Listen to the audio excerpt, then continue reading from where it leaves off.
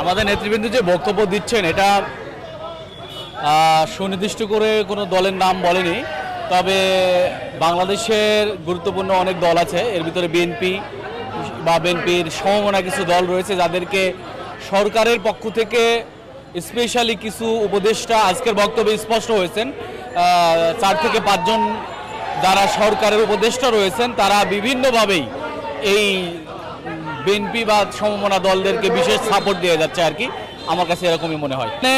দেখেন যে গত আওয়ামী দুঃশাসনের 15.5 বছর একটি সরকার ছিলেন যারা ফ্যাসিস্ট হিসেবে আখ্যায়িত হয়েছেন, দেশ থেকে বিতাড়িত হয়েছে। সেম যদি প্রশাসন থেকে শুরু করে সিভিল সার্ভিস থেকে শুরু করে সরকারের বিভিন্ন প্রতিষ্ঠান যদি কোনো দলীয়করণে পরিণত হয়, তখন সেই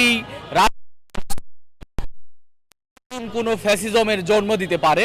যারা নেক্সট যারা গভর্নমেন্টে যাবেন বা হলো যে প্রশাসন পরিচালনা করবেন, এই যে নতুন ফ্যাসিস্টের জন্ম যেন না হয়। আর এক্ষেত্রে প্রশাসনিক যে ভূমিকাগুলো বিশেষ উল্লেখযোগ্য, নিরপেক্ষ হওয়ার কথা, সেই জায়গাকেই বিশেষ ফোকাস দিয়ে মূলত এই কথাগুলো আমাদের নেতৃবৃন্দ বলে যাচ্ছেন আর কি।